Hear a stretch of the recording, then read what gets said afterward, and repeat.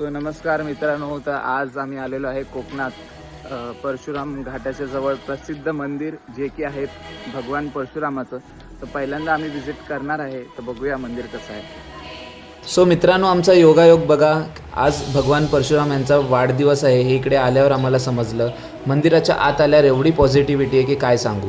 हे मंदिर का प्रसिद्ध आहे इकडे पाय ठेवल्यावर समजेल. पहिलं आम्ही हनुमानाचं दर्शन घेतलं, त्यानंतर आम्ही मंदिराच्या गाभाऱ्याच्या आत प्रवेश केला. खूप सुंदर रांगोळी काढली होती. त्यानंतर आम्ही आत गेलो. इकडे व्हिडिओ काढायला अलाउड नाही आहे असं इकडचे भटजी बोलले, तरी पण आम्ही लपून छपून जे काय आहे ते व्हिडिओ काढले. सुंदर दर्शन तुमच्यासाठी. भगवान परशुराम, काळभैरव सगळ्यांचं आहे.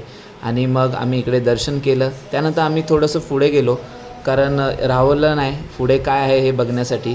तिकडे गेल्यानंतर आम्हाला दर्शन होतं ते म्हणजे माता रेणुका यांचं. मंदिराचा गाभारा खूप प्रसन्न वाटतं आत गेल्यानंतर.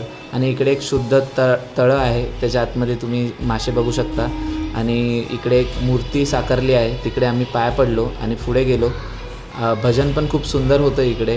आणि त्यानंतर मग आम्ही गोसेवा करायचं ठरवलं. त्याआधी गणपती बाप्पाचं स्मरण केलं आणि मासे पाहिले. आता मासे पाहून झाल्यानंतर आम्ही गेलो गाईला चारा देण्यासाठी. रीत खूप एक्सायटेड होता.